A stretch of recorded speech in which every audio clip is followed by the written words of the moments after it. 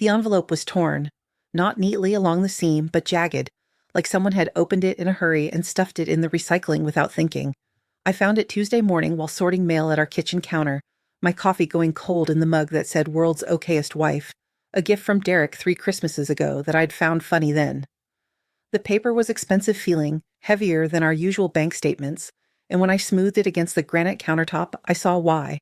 Scottsdale Private Banking, account ending in 7743, current balance $47,328.16. I stood there for a long moment, listening to the radiator tick and the couple upstairs argue about whose turn it was to buy milk. We had a savings account. We had checking. We had the joint account we'd opened the week we got married, back when combining finances felt romantic instead of forensic. I'd never seen an account ending in 7743. I read the statement 3 times, my brain doing that thing where it sees the information but can't quite process it, like reading a word in a language you almost know. The branch address caught my eye. 8425 East Camelback Road, Scottsdale, Arizona, where Derek's cousin Natalie lived, where she'd been living since before I met Derek, in what he always vaguely described as a care facility or with support, or, when pressed, it's complicated. I'd never met Natalie. In 12 years of marriage, I'd never even seen a photograph. Derek said she didn't like cameras, that her condition made her self-conscious, that visits were too stimulating for her fragile system. I'd accepted this the way you accept a lot of things in a marriage, not because the explanation is satisfying, but because pushing feels like you don't trust. And if you don't trust, what's the point? I folded the statement back along its torn edge and tucked it into my purse. Then I finished my coffee, checked my email, fed the sourdough starter I'd been nursing through October like a temperamental child, and walked the 14 blocks to the gallery where I managed consignment art sales for people with more money than wall space. All morning the account number sat in my mind like a pebble in my shoe, noticeable, annoying, but not quite painful enough to stop and deal with. At lunch I texted Derek something casual. "How's Natalie doing these days? Haven't heard you mention her in a while." I ordered a grain bowl I didn't want and watched my phone screen. He responded 4 hours later, sometime between his afternoon meeting and the commute home. Same. Tough week for her? Why? I typed and deleted 3 responses before settling on, just thinking of her. Hard time of year. It wasn't particularly, October was just October, but it sounded like something a caring person would say, and I wanted to sound like that person. Like someone whose suspicions weren't beginning to hum a frequency only I could hear. That evening, Derek heated up leftover lasagna while I made a salad neither of us would eat. He was talking about the Miller account, some presentation he'd been working on, his voice doing that animated thing it did when he was proud of his work. I watched his hands as he served the pasta, steady, careful, the same hands that had held mine on our wedding day, that changed our daughter's first diaper back when we thought we'd have kids, before the miscarriage and the silence that followed. "I sent another check to Nat today," he said, like it was nothing, like it was groceries or utilities. "She needed help with some medical equipment. The facility's copay structure is criminal." I made a sympathetic sound and cut a piece of lasagna into smaller pieces. "I was thinking," I said, keeping my tone light, "maybe I could visit her for Thanksgiving? Bring some flowers, keep her company?" Derek's fork paused halfway to his mouth, just for a second, barely noticeable unless you'd been watching for it. "The facility doesn't allow holiday visitors," he said. "Compromised immune systems, you know. Too much risk during flu season. That seems extreme. It's very exclusive care." He set his fork down, reached across the table to squeeze my hand. "I know you want to help. It means a lot to me that you think of her, but the best thing we can do is give her space to heal." Later, after he'd retreated to his office to finish some work, I loaded the dishwasher and rehearsed asking which facility, specifically, and why I'd never heard its name. But when I walked to his office door, he was on the phone, laughing at something, his free hand running through his hair the way it did when he was flirting with clients, trying to close deals. I went back to the kitchen and wiped counters that were already clean. At 2 in the morning, I was in the guest room with my laptop, the glow turning everything blue and cold. I'd Googled Scottsdale care facilities and found 15 results, tasteful websites with words like memory support and compassionate transitions, photos of smiling staff in sun-drenched courtyards. None of them matched the vague descriptions Derek had offered over the years. More concerning, none of them matched the address on that bank statement. I tried searching Natalie Hammond Scottsdale and got nothing. I tried property records but couldn't get past the paywall at 3 a.m., with my brain running on fumes and paranoia. My phone lit up with a notification, our credit card app, the helpful kind that tells you every time you're spending money you may or may not have authorized. $847.32 at Sorrentino's Fine Jewelry, Scottsdale, AZ, purchase date, September 23rd, the same Tuesday Derek had worked late on the Miller presentation, texting me at 9 p.m. that he'd grab dinner at the office. I took a screenshot. Then I lay on the guest bed in the dark, listening to Derek's familiar snoring through the wall, and wondered when I'd become the kind of person who didn't ask questions, who accepted "it's complicated" as a complete answer, who said, of course, help your cousin for 12 years without ever meeting the cousin, seeing a medical bill, or understanding where exactly 60 or 70 or maybe $100,000 had gone. The next morning I called in sick to the gallery. I told my assistant manager I had food poisoning, which felt appropriately symbolic, something toxic in the system working its way out. Then I opened a private browser window and booked a Thursday morning flight to Phoenix. One way felt too dramatic. Round trip felt too optimistic. I chose returning Friday afternoon and told myself I was being practical. When Derek texted at lunch asking how I was feeling, I said, "Lindsay's having an emergency. Might fly to Seattle to help." Lindsay was my college roommate, the kind of friend you exchange Christmas cards with but haven't actually seen in person for 6 years. She lived in Portland, not Seattle, which felt like a distinction that wouldn't matter if Derek didn't care enough to check. He wrote back, "Oh no. What happened?" "Family stuff. We'll explain later." "Want me to come with?" I stared at that text for a full minute. The performance of it. The offer that sounded generous but came with the built-in assumption I'd say no, because I always said no, because saying yes meant coordinating schedules and owing explanations and being watched. "You have the Miller presentation," I wrote. "I'll be fine." Just a few days. 3 dots appeared, pulsed, disappeared. Then, "You're the best. Love you." I didn't write back. Wednesday night he brought home Thai food from the place on Armitage we'd been going to since our dating years, back when Pad CU felt exotic and splitting a check felt like partnership. He talked about a potential promotion, his face animated in a way I hadn't seen in months, and I smiled and nodded and felt like I was watching him through aquarium glass. Him on one side living his life, me on the other learning the choreography. "You seem distracted," he said, reaching for my hand across the coffee table where we'd eaten balanced on our knees. "Just worried about Lindsay," I said. He kissed my forehead.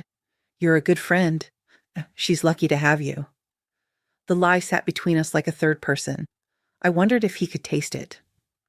Thursday morning, I was on the 7:15 to Phoenix, drinking airport coffee that tasted like it had been brewed through old socks, rehearsing explanations I might need. Surprise visit, wanted to help, thought Natalie might like company. The woman next to me was reading a thriller with a girl in a red coat on the cover, something about a murder and a memory. I watched the clouds and tried not to think of this as that kind of story. Scottsdale hit like opening an oven. I'd been to Arizona once, a conference in Tucson years ago, but I'd forgotten the specific quality of desert heat, dry and immediate, the kind that makes you squint even with sunglasses. I rented a silver Kaya, programmed the bank's address into my phone's GPS, and followed the robotic voice through palm-lined streets and neighborhoods where every house looked vaguely Spanish and vaguely expensive. The bank was in a strip mall between a Pilates studio advertising core transformation and a juice bar with a line out the door. I parked in the lot, engine running, AC blasting, and tried to imagine what I'd say if I went inside. "Hi, my husband has an account here I didn't know about. Can you tell me what it's for?" They'd laugh me out, or worse, call security. I sat there for 20 minutes, watching people come and go with their private banking problems, then put the car in reverse and left. The jewelry store charge became my North Star. I found Sorrentino's in Old Town Scottsdale, tucked between an art gallery and a restaurant with white tablecloths visible through the windows. The storefront had the kind of tasteful window displays that didn't show price tags.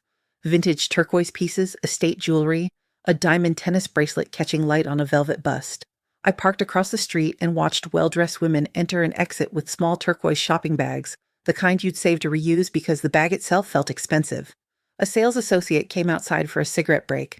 Young, maybe 25, wearing all black with her hair in a sleek bun. I crossed the street before my courage could evaporate. "Hi," I said, my voice coming out steadier than I felt. This is going to sound weird, but my husband bought something here last month and I wanted to surprise him with a matching piece. Is there any way to look up the purchase? She took a drag, blew smoke sideways away from me. I wish I could help, but we can't share purchase details without the card present. Privacy policy. Right, of course. I started to back away.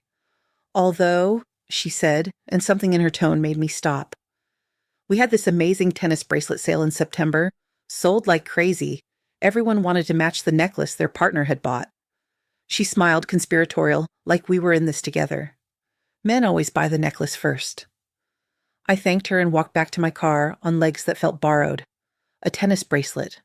The kind of gift you give someone you're sleeping with, not someone you're related to, not someone in a care facility wearing hospital gowns and connected to machines Derek had never quite specified. I sat in the Kia and drank a bottle of water I'd bought at a convenience store, the plastic warm from sitting in the cup holder. Then I opened my phone and searched property records for Natalie Hammond, Scottsdale, AZ. One result, 42 Vista del Sol, Sonoran Heights. Purchased 18 months ago. Sale price, $1.2 million. The number sat on my screen like something obscene. Derek and I had spent 8 months looking for our Chicago brownstone, eating ramen to save for the down payment, celebrating when we finally closed on a place for $400,000 that needed new windows and had a kitchen from 1987. I'd watched him agonize over every expense, negotiate the inspection repairs, lose sleep over whether we could really afford it, and 18 months ago he'd apparently co-signed, or bought, or somehow been involved in acquiring a $1.2 million house in Arizona for his sick cousin, who needed medical equipment. I entered the address into my GPS. The drive took 20 minutes, north into the foothills, where houses grew larger and farther apart, terracotta roofs multiplying against a sky so blue it looked photoshopped.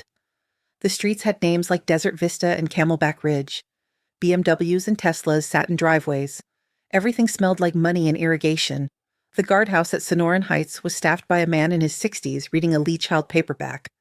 I lowered my window, trying to look like I belonged in a place where the entrance had actual security.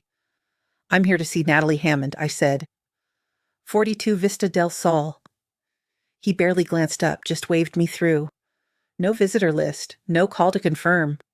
Just automatic access like I was expected, like people showed up to see Natalie all the time. I followed the winding road to number 42, my heart doing something complicated in my chest. The house was sprawling and single-story, the color of desert sand, with a 3-car garage fronted by carved wooden doors that probably cost more than our car. A fountain dominated the circular drive, bronze herons frozen mid-flight, water arcing between them in the relentless sunshine. Behind the house, mountains rose in purple shadows, saguaros standing sentinel like something from a postcard. I parked 2 houses down and slid low in my seat, feeling ridiculous and furious in equal measure. A landscaping truck was in the driveway, a man in a wide-brimmed hat trimming bougainvillea that cascaded over the front wall in violent magenta. Classical music drifted from somewhere, a string quartet, something Baroque I couldn't name. I sat there for 11 minutes. I counted. Watched the gardener work, his movements efficient and practiced. Tried to reconcile this, the mansion, the fountain, the luxury cars visible through the open garage, with Derek's stories of medical bills and financial struggle and doing the right thing for family. The front door opened. A woman emerged in black yoga pants and a loose linen tank top, barefoot, her dark hair pulled into a sleek high ponytail. She was young, mid-30s maybe, and moved with the easy confidence of someone who'd never doubted her body, never questioned her right to take up space. She bent to pick up a package from the porch, laughed at something someone said from inside the house, her whole face lighting up. Even from 2 houses away, I could see she was beautiful. Not in a conventional catalog way, but in that effortless manner that probably photographed well, probably made waiters forget other tables, probably made my husband lie for 12 years. She waved to the gardener, called something I couldn't hear that made him laugh, then disappeared back inside with the package tucked under her arm like it was nothing. Like this was just another Thursday in a life full of beautiful, easy Thursdays. I sat frozen, hands gripping the steering wheel hard enough that my knuckles went white. Understanding arrived in waves, cold, clear, inevitable. This was Natalie. Natalie who was not sick. Natalie who was not in a care facility. Natalie who lived in a $1.2 million house and looked like she'd never been homebound a day in her life. I drove away carefully, obsessively checking my mirrors like someone was following me, though the only person pursuing me was the old version of myself, the one who'd lived until this moment in careful ignorance. 2 miles south, I found a coffee shop, one of those aggressively hip places with Edison bulbs and communal tables made from reclaimed wood. I ordered an Americano I had no intention of drinking and claimed a corner table in the back, as far from other humans as the floor plan allowed. My hands were shaking when I opened my phone. I started screenshotting bank statements from our shared accounts app. Every transfer Derek had labeled Family N or Cousin Medical or just N Emergency. The amounts formed a pattern I'd somehow never questioned. 12,500 signs on the 15th of every month like clockwork, with occasional bumps to $5,000 or $10,000 around holidays, birthdays, what Derek always called unexpected procedures. I scrolled back 2 years, screenshotting methodically, watching the numbers accumulate into something obscene. Roughly $80,000, maybe more. And that was just this account, just what I could see without logging into Derek's personal banking, which I'd never had passwords for because we'd agreed early on that some financial independence was healthy. My coffee went cold. I ordered another one, tipped too much because the barista looked concerned, and returned to my corner table like a student cramming for an exam she'd forgotten about until the night before. I opened Derek's calendar, shared since our 2nd year of marriage, back when sharing felt like trust instead of surveillance. Every late client dinner and regional training got cross-referenced with our credit card statements. And there they were, blooming like evidence, charges in Scottsdale, restaurants, hotels, that jewelry store in September, a charge from Virtu Honest Craft, 234th Row, the same weekend I'd been in Milwaukee for my mother's 75th birthday. I Googled it, a trendy Phoenix restaurant with a chef's tasting menu and craft cocktails, reviews that use words like intimate and date night perfect. Derek had been home alone, supposedly catching up on work, sending me sweet goodnight texts about missing me. "Miss you," he'd written. "House feels empty without you." I'd sent back a heart emoji. I opened my Photos app and created a new album titled Receipts. The word felt appropriately bitter.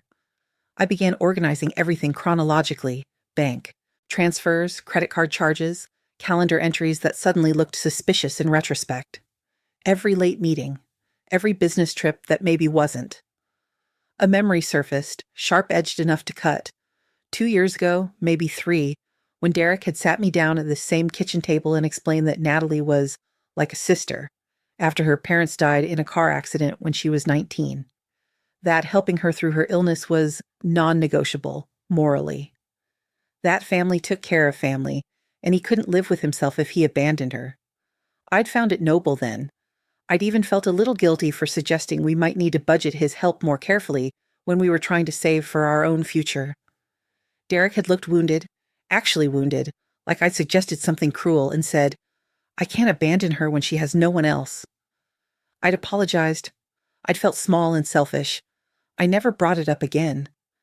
Now I could see how neatly that story had worked. A tragic backstory. A sick woman who couldn't be abandoned. An unquestionable moral imperative that shut down all inquiry and positioned Derek as the hero, me as the supportive wife who understood sacrifice. I drafted a text. I know about Scottsdale, deleted it. Tried again. We need to talk about Natalie. Deleted that too. I called my sister Emma, then hung up before it could connect. What would I even say? How do you narrate your marriage falling apart in real time, with your coffee getting cold and strangers laughing at adjacent tables? The coffee shop was filling with the afternoon crowd, a woman with a screenplay spread across 2 tables, a study group of college kids testing each other on psychology terms, someone's golden retriever therapy dog making rounds for pets. I watched them living their uncomplicated afternoons and felt separated by aquarium glass again, trapped in a different medium where everything moved slower and breathing took effort. I thought about confronting Derek tonight.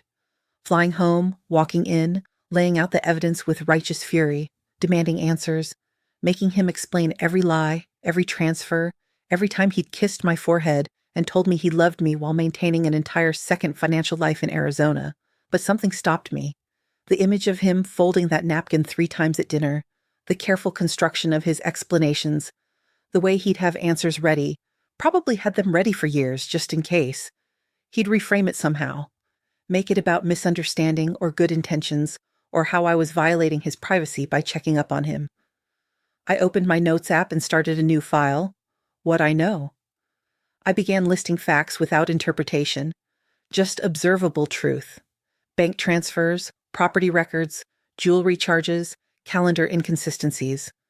The document grew to 3 pages. Another list. What I need. Lawyer consultation. Copies of financial documents. Understanding of Arizona property law. Our mortgage paperwork. The deed to our Chicago house. Passwords to accounts I didn't have access to. A third list, titled simply Next, remained blank. I stared at it for a long time, cursor blinking like a heartbeat, like the space where my next decision should be. The decision crystallized slowly, not as lightning but as dawn. I wouldn't confront him yet, wouldn't give him the chance to shape the narrative before I understood its full dimensions. I'd document everything, talk to a lawyer, understand what I was legally entitled to and what I'd been unwittingly funding before Derek could spin this into something forgivable. I'd become fluent in the language of my own betrayal so he couldn't translate it into something softer. Outside, the Arizona sky was doing that thing desert skies do, turning improbable shades of orange and pink, beautiful and indifferent to the small human dramas playing out beneath it. I paid for my untouched coffees and left. I drove back to Sonoran Heights one last time in the failing light. The guardhouse was unmanned now, the gate propped open for residents returning from work. I slipped through and drove slowly past number 42. Lights glowed warm in the windows. Through the massive front room glass panels, I could see movement, 2 figures. One was clearly Natalie, her silhouette recognizable even from the street. The other was taller, masculine, standing close enough to be intimate. It might have been Derek. It might not have been. I couldn't tell from this distance, and some part of me didn't want to know yet. I didn't stop, didn't try to get closer, just drove past at exactly the speed limit, taking in the scene like a photograph I'd need to remember later when memory became evidence. At the exit, I paused long enough to photograph the address plaque beside the fountain, bronze numbers on stone, herons frozen mid-flight, then pointed the car toward the airport. On the plane back to Chicago, I ordered a gin and tonic I didn't drink, just held the cold glass against my forehead while cities of light slid past below. The woman beside me asked if I was okay. I said yes. It wasn't entirely a lie. There was a strange calm settling over me, the peace of finally knowing, of trading confusion for something harder but clearer, like swapping cotton for steel. I texted Derek, landing soon. Can't wait to be home. Watched the message deliver. Imagined him reading it wherever he actually was. Scottsdale, probably. Or on his way back, probably relieved at my continued obliviousness. In the rideshare from Mohair, Chicago looked different. Same skyline, same October chill seeping through my jacket, but I was seeing it all from a new position. The geography rearranged by knowledge. Our brownstone glowed in its familiar way when I climbed the front steps. I could see Derek through the window, sitting on the couch with his laptop, the picture of ordinary evening domesticity. Our wedding photo hung on the wall behind him. Both of us younger, thinner, convinced Wam understood what forever meant.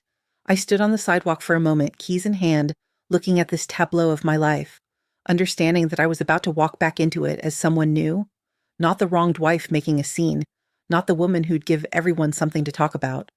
Instead, the one who moved carefully, who collected what was hers, who built an exit so airtight he'd never see it coming until she was already gone. I unlocked the door. "I'm home," I called, hanging my jacket on the hook that had been mine for 12 years. Derek looked up, smiling. "How's Lindsay?" "Much better," I said. And I meant it. I'd never felt clearer in my life. Derek was cooking when I came downstairs Friday morning. Actual cooking, not reheating leftovers or pouring cereal. The smell of bacon filled the kitchen, and he'd set out the good plates, the ones we'd registered for and never used because they felt too nice for a Tuesday. He turned when I entered, spatula in hand, his smile the kind that used to make me forget small irritations. "Thought you deserved a real breakfast after dealing with Lindsay's drama," he said, sliding scrambled eggs onto a plate. "How is she, anyway?" I poured coffee and watched him move around our kitchen with the easy confidence of someone who believed his performance. "She'll be okay, just needed someone to listen." "That's you," he said, kissing my temple. "Professional listener, best quality." I ate the breakfast and tasted nothing, complimented the eggs, asked about his day, performed the role of wife who went to Seattle and came back normal while my phone sat heavy in my pocket, full of screenshots that could detonate our marriage with a single slide of my thumb. That afternoon, I called a lawyer from the gallery storage room, surrounded by crated paintings and the smell of linseed oil. I'd found her through a friend of a friend, someone who specialized in complex marital asset situations, which felt like code for rich people behaving badly.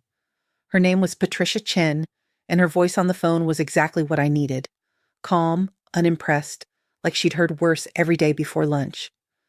"Tell me what you know," she said. I did. The bank account, the house in Scottsdale, the pattern of transfers, the jewelry store charge.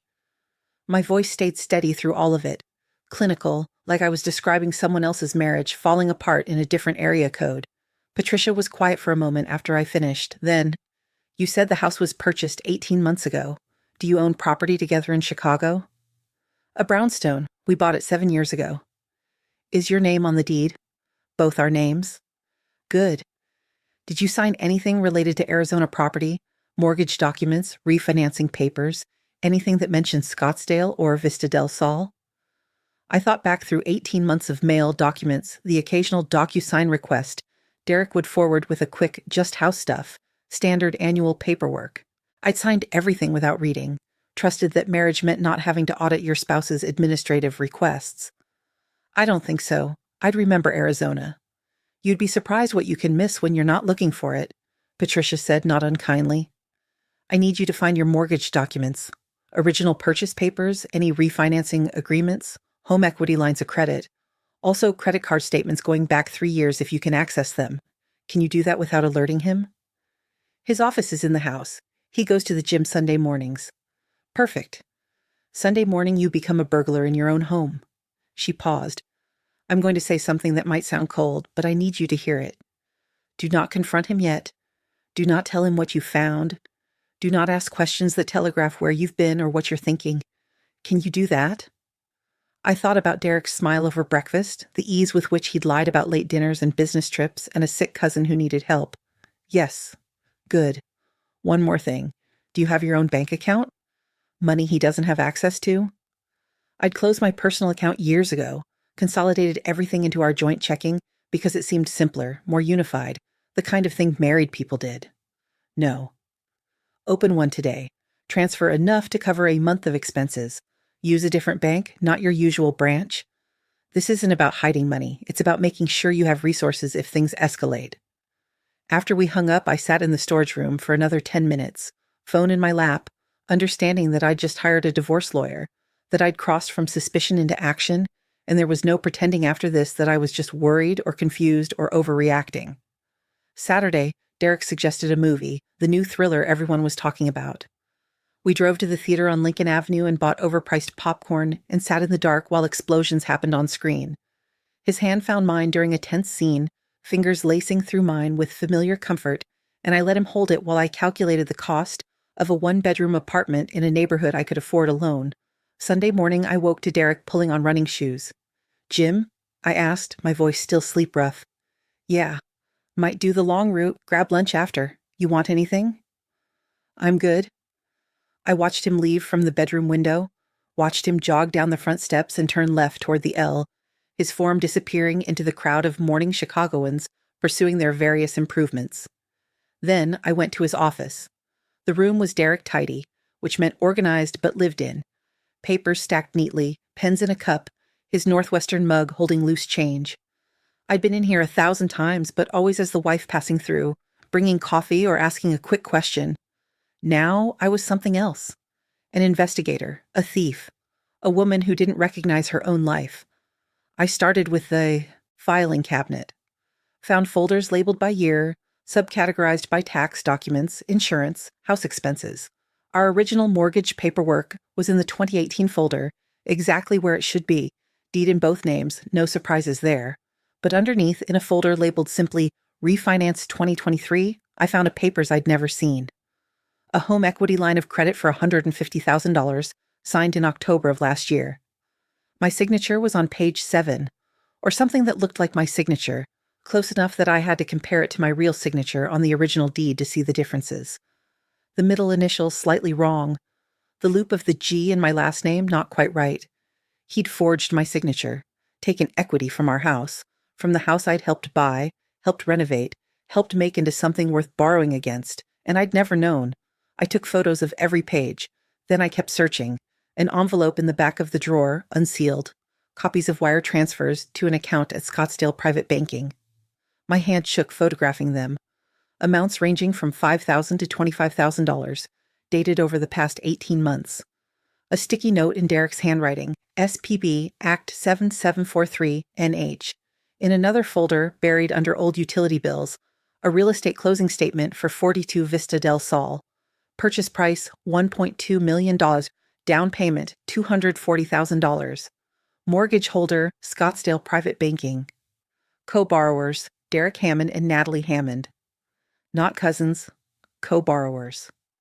The kind of financial entanglement you entered into with a business partner or a spouse, not a relative you were helping out of kindness. I photographed everything with methodical precision, making sure each image was clear, that every date and signature and account number was readable. My phone's storage filled with evidence. I worked quickly but carefully, returning each document to exactly where I'd found it, keeping the folders in the same order, leaving no trace that I'd been there doing anything other than what a wife might do in her husband's office on an idle Sunday morning. In the bottom drawer, I found a box of greeting cards, the kind you buy in bulk from Target, florals, and blank insides. Most were unused, but 3 had been written in and tucked back into their envelopes. Birthday cards, anniversary cards, all addressed to Natalie in Derek's handwriting. The language was unmistakable. Not cousinly, not familial. Can't wait until next weekend, one said. Being apart gets harder every time, said another. I photographed those too. Then I sat in Derek's desk chair and stared at the closed filing cabinet and understood the full architecture of it. He hadn't just sent money to a mistress. He'd built her a life. Used our home equity to fund her down payment. Co-signed a mortgage that tied him to her for 30 years. Created an entire financial infrastructure that required ongoing maintenance. The monthly $2,500 probably covered his half of the mortgage payment. He'd looked at our marriage, our home, our joint accounts, and seen them as resources to mine for someone else. And he'd done it all while kissing me goodnight and asking about my day and playing the role of devoted husband so convincingly that I'd never thought to audit the performance. My phone said 10:47. Derek would be home by noon. I closed the filing cabinet, straightened the papers on his desk, and went back upstairs to shower like this was any other Sunday. Monday morning, I opened a checking account at a credit union across town, depositing $3,000 from our joint savings via online transfer. Small enough Derek might not notice immediately, large enough to cover rent and food if I needed to leave quickly. The bank officer was cheerful, congratulating me on taking control of my finances, and I smiled and signed the paperwork and didn't correct her. Patricia Chen called that afternoon. I got your email with the photos. This is good documentation. Actually better than most cases I see. The forged signature on the home equity line is particularly useful. Useful how? It's fraud. Clear-cut, provable fraud, which gives us significant leverage in divorce proceedings and, if you choose, potential criminal charges. She paused. Do you want to pursue criminal charges? I thought about Derek in jail, wearing orange, explaining to his parents what had happened. The satisfaction lasted exactly 3 seconds before fading into something emptier. I don't know. I just want out. Understood. But knowing you have the option changes the negotiation. He's going to want this settled quietly, which works in your favor. I'm drafting a settlement proposal. Essentially, you keep the Chicago house. He keeps whatever entanglement he has with the Scottsdale property. He pays you $80,000, roughly what he transferred without your knowledge, plus covers your attorney fees and moving expenses. Clean break, no alimony, no ongoing contact required. That's it? 12 years and we just split? Unless you want to fight for more, but fighting means months of litigation, ugly depositions, spending money on lawyers that you could be spending on your new life. Sometimes clean and fast is better than thorough and devastating. I thought about dragging this out, making Derek explain every lie under oath, watching him squirm. But I also thought about 12 more months of living in the same house, sleeping down the hall from someone I couldn't trust, performing normalcy while lawyers filed motions. Clean and fast, I said. That evening, Derek brought home Thai food again, his go-to peace offering, though I wasn't sure what piece he thought we needed. We ate on the couch watching a cooking competition show, and he fell asleep halfway through, his head tilting onto my shoulder. I sat very still, his weight familiar and foreign at once, and wondered if this was the last time we'd touch like this, if every moment now was a last time without knowing it. Wednesday, I met Emma for coffee at the place near her office in the Loop. She'd been texting increasingly worried messages since my Seattle trip, sensing something wrong with the frequency only siblings possess. "You look terrible," she said, hugging me hard. "Love you too." We got coffee and claimed a table by the window. She waited, watching me with the patience of someone who'd spent our childhood coaxing confessions from me about broken lamps and borrowed without asking sweaters. "Derek's having an affair," I said. The words felt strange in my mouth, too simple for what they described, like calling a hurricane a breeze. For at least 2 years, maybe more, with his cousin Natalie, who isn't actually his cousin and isn't actually sick. Emma's face went through several expressions in rapid succession. "What?" I told her. "Not everything. Not the forged signature or the home equity line, not yet, but enough. The money transfers, the Scottsdale house, the woman in yoga pants who looked nothing like someone needing help." "Jesus," Emma said when I finished. "Are you okay?" "That's a stupid question. Of course you're not okay. What are you going to do?" "I hired a lawyer. I'm getting out." "Good. Do you need a place to stay?" "I know Mark and I don't have a lot of space, but I'm staying in the house until the papers are served. Patricia says it's better legally if I don't leave first." Emma reached across the table, gripped my hand. "I never liked him.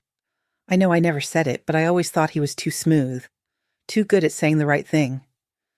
"You could have mentioned that before I married him." "Would you have listened?" "Probably not. I'd been 26 and in love with the idea of being chosen by someone who seemed so sure of everything. Derek had proposed on a beach in Michigan, ring in a champagne bottle like a movie, and I thought I was lucky, that I'd won some contest I hadn't known I'd entered. "When are you telling him?" Emma asked. "Soon. Patricia's finalizing the settlement proposal. Once Derek's served, everything changes. It becomes legal and official and ugly. I want to be ready." "Ready how?" "I don't know yet." Thursday evening, Derek suggested we take a reset trip to his family's lake house in Michigan, the same place he'd proposed 13 years ago. "Just us," he said. "No phones, no work. We haven't had a weekend like that in forever." I agreed because saying no would raise questions, and I wasn't ready yet for questions. We drove up Friday after work, 6 hours through Indiana and into Michigan's southwest corner, past towns that looked like they'd been prosperous once and now survived on nostalgia and antique stores. The lake house was smaller than I remembered, a 2-bedroom cottage his parents had bought in the 80s, all knotty pine walls and furniture that smelled like old summers. Derek made a fire in the fieldstone fireplace, while I unpacked groceries we'd bought at a store in town. We grilled steaks and drank wine and talked about nothing. Important, gallery gossip, his work drama, whether we should finally replace the living room couch. Saturday morning he wanted a kayak, so we dragged the old boats from the shed and paddled out onto the lake's flat surface. The water was cold, October gray, and perfectly still. Derek talked about his favorite memories of this place, coming here as a kid, catching his first fish, the summer his dad taught him to sail the little sunfish that had long since rotted away. "I love you," he said, apropos of nothing, his kayak drifting close to mine. I know I don't say it enough lately, but I do. I looked at him, his face earnest in the autumn light, wind ruffling his hair, everything about him performing vulnerability, and felt nothing. Not anger, not hurt, just the blank space where feelings used to be. "I know about Scottsdale," I said.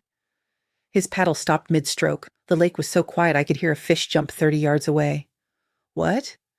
"Natalie, the house, the money, all of it." "I know." For a moment he just stared, his brain visibly working through options. Deny, explain, deflect. I watched him calculate which approach might work. Then his face shifted into something like relief, like he'd been waiting for this, holding his breath for years. "Let me explain," he said, paddling closer. "It's not what you think. Natalie and I don't want to hear it."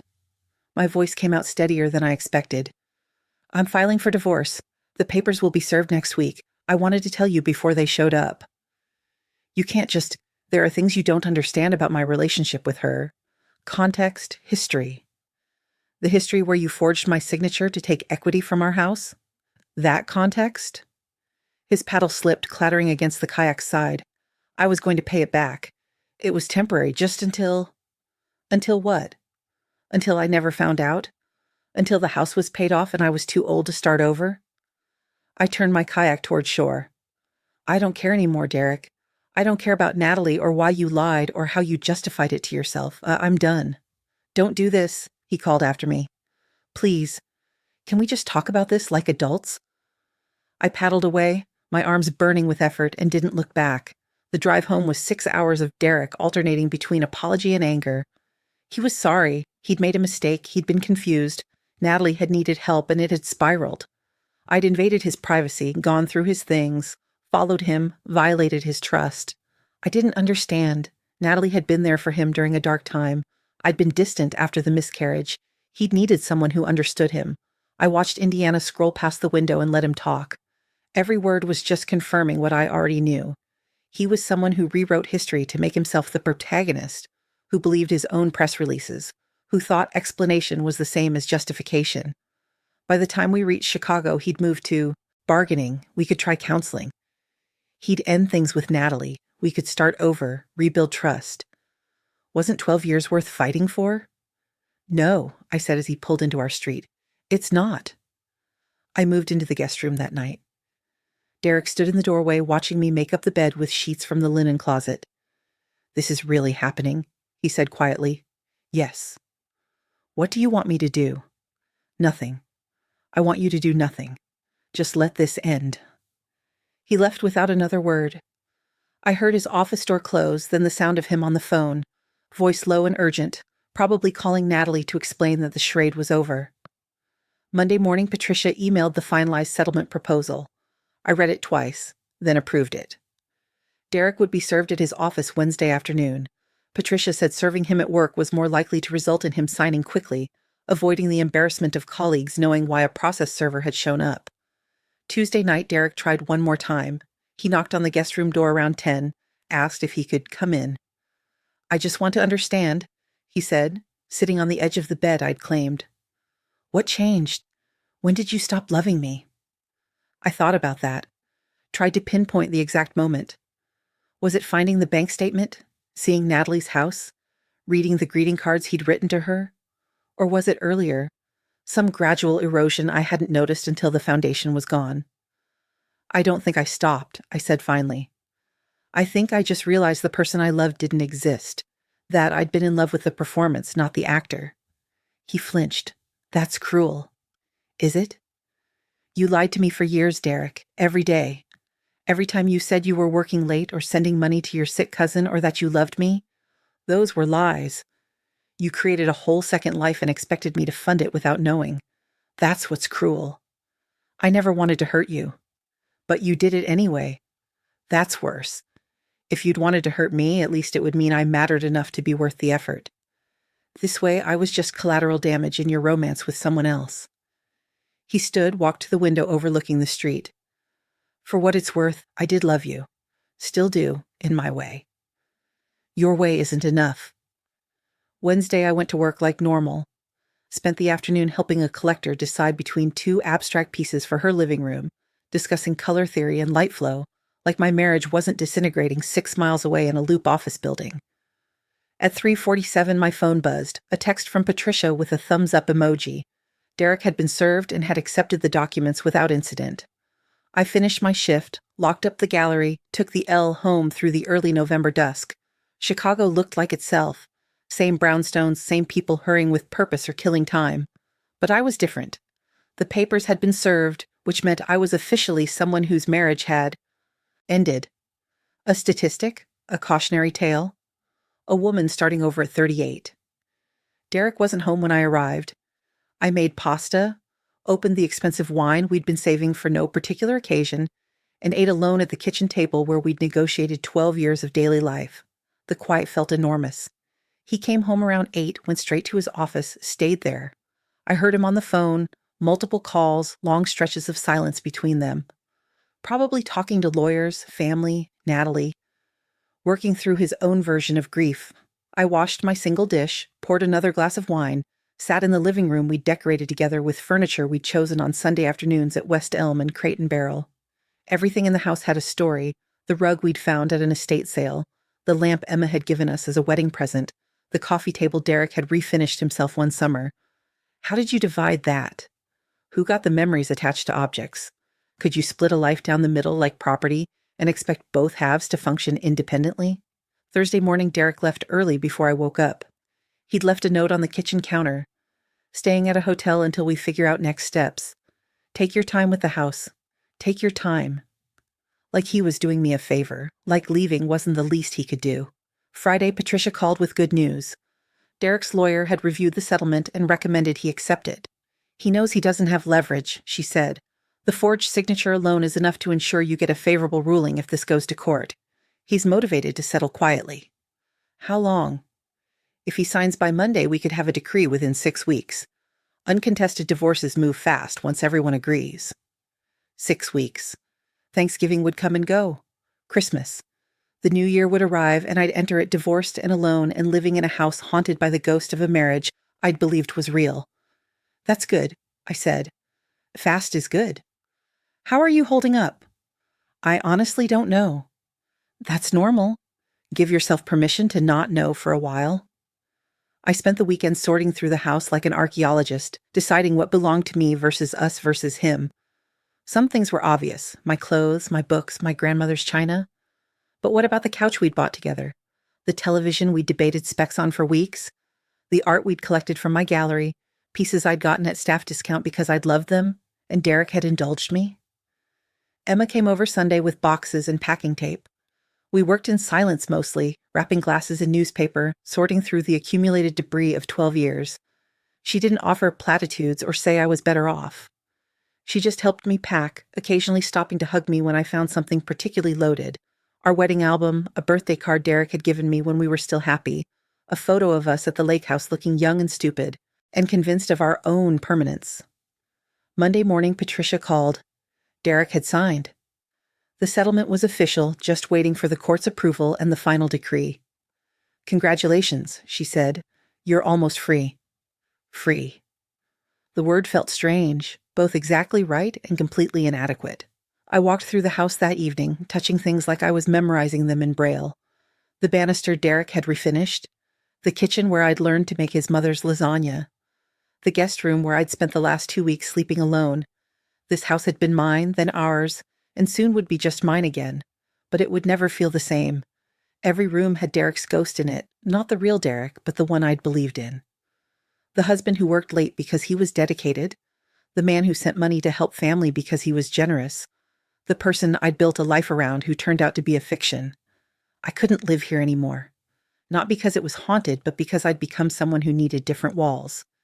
I called a realtor Tuesday morning, listed the house by the weekend. The market was good. We had offers within 10 days.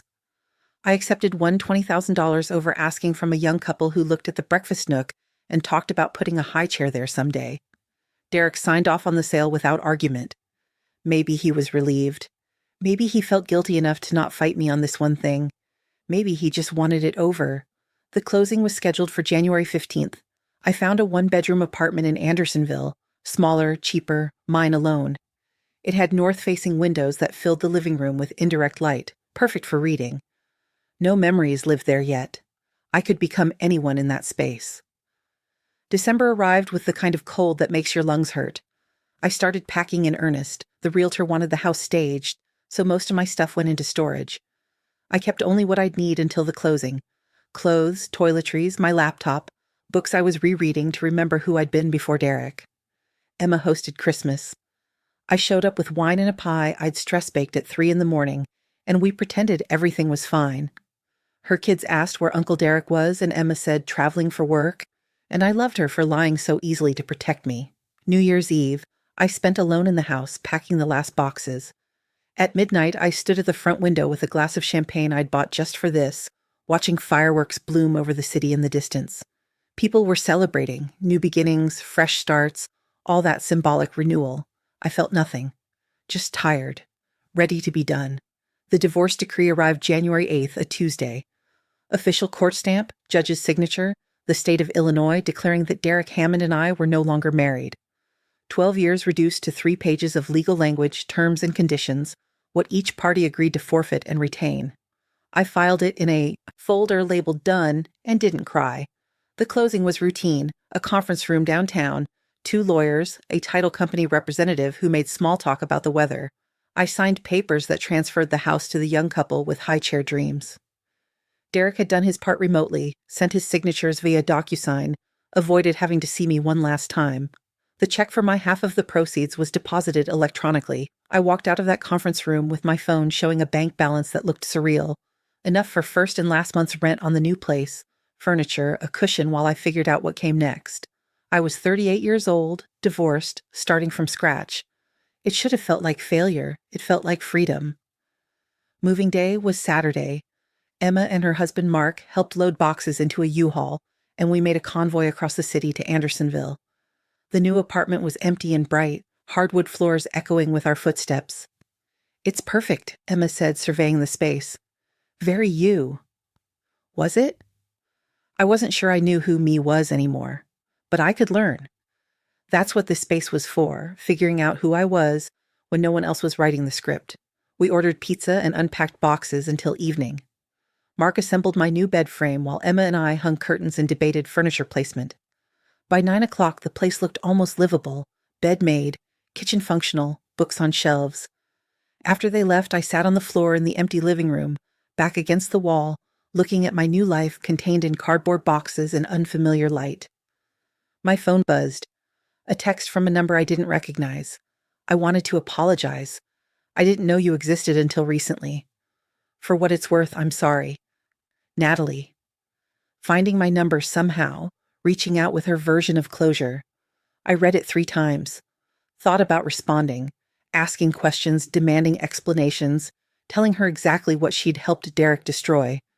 But what would be the point? She was living her life in Scottsdale with my ex-husband's money and whatever story she told herself about how this all worked. I didn't need to understand her narrative. I just needed to be free of it. I deleted the text and blocked the number. Sunday morning, I woke up in my new bedroom, sun streaming through curtains I'd chosen in a bed that was entirely mine. No one's breathing beside me. No one's schedule to consider. Just silence and light, and the day stretching out with no obligations except the ones I gave myself. I made coffee in my new kitchen, a French press and a bag of beans from the shop downstairs that I discovered while apartment hunting, sat at my secondhand table and drank it slowly, watching the street below. People walking dogs, couples holding hands, someone trying to parallel park and failing repeatedly. Normal life. Mine now. I thought about Derek sometimes. Couldn't help it after 12 years. Wondered if he was happy with us, Natalie, if the affair felt different now that it wasn't secret.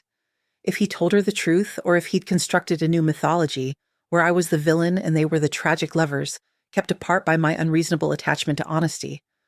Mostly I thought about the bank statement in the recycling bin. How I almost didn't look. How easy it would have been to stay in the not knowing, to keep living the comfortable fiction until it collapsed on its own terms instead of mine. I'd found that statement on a Tuesday morning while sorting mail, coffee going cold beside me. Now it was Sunday, February, a different apartment, a different life. I was sorting mail again, just my mail now, one person's worth of bills and catalogs and the occasional handwritten note. But this time I opened everything. Every envelope, every statement, every piece of mail that came through my door got my full attention. Not because I was paranoid, but because I'd learned the cost of not paying attention, of trusting performance over evidence, of believing in someone's version of reality instead of building my own. The photo of Natalie's house was still on my phone, buried in an album I never looked at. Sometimes I thought about deleting it, erasing that evidence that my marriage had been built on sand. But I kept it. Not as a wound to pick at, but as proof. Proof that I'd trusted my instincts when it mattered. That I'd done the hard thing. That I'd chosen truth even when it meant destroying everything I thought I wanted. I took my coffee to the window and looked out at my new neighborhood, still mostly unknown, full of coffee shops I hadn't tried and bookstores I hadn't explored and people whose stories I didn't know yet. My life was smaller now, quieter, just mine. And for the first time in 12 years, nothing was hiding in plain sight.